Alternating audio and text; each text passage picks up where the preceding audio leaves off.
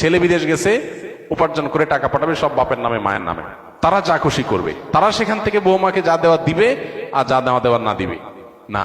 এভাবে আসলে ইসলাম মা বাবাকে এতটা অধিকার দেয় না যে সম্পদ সারা জীবন যা কামাই করবে সব বাপ মা যা ইচ্ছা তা করবে, জি না, এই সুযোগটা নেই।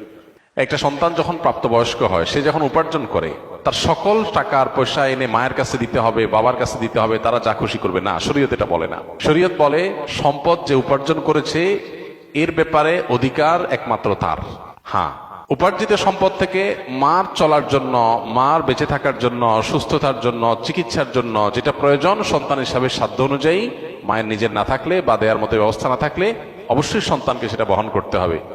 আর স্ত্রীর সর্বাবস্থায় স্বামী হিসাবে স্ত্রীর ভরণ পোষণ এটার ব্যবস্থা করতে হবে। এর বাইরে উদ্বৃত্ত টাকা, সেটা ছেলে কি মাকে উপহার হিসাবে অতিরিক্ত দিবে, না স্ত্রীকে দিবে, না কাকে কত দিবে, নাকি আদৌ কাউকে না দিয়ে নিজের অ্যাকাউন্টে রাখবে, এটা একান্ত তার ব্যাপার। এখানে শরীয়ত মা বাবাকে ইন্টারফেয়ার করার অধিকার দেয় নাই সেইভাবে যেভাবে আমাদের অনেক মা বাবা মনে করেন যে তাদের অধিকার আছে।